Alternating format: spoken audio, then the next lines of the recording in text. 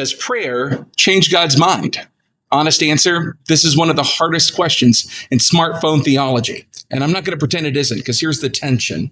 The Bible says God doesn't change. His plans don't get disrupted by things he never sees coming. He's not up there reacting to what's happening in the world.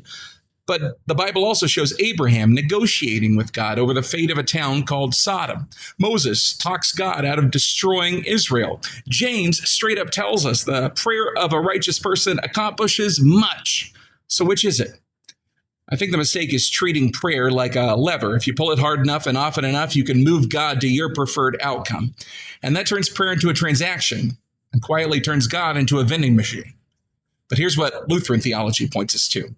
God is a father, not a force. And he chose in his sovereignty to work through the asking, not because he needs the information, but because the relationship matters so much to him. Look at Jesus in Gethsemane.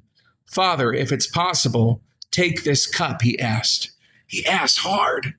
And then, not my will, but yours be done. And that's the shape of prayer. Real asking, real wrestling, and then real submission. So does prayer change God's mind? Maybe the better question is, does prayer change the situation? The Bible seems to say yes, somehow, in ways we can't fully diagram. So pray anyway. Ask anyway. He told you to. He really listens, not like a database receiving inputs, but like a father who actually wants to hear from you.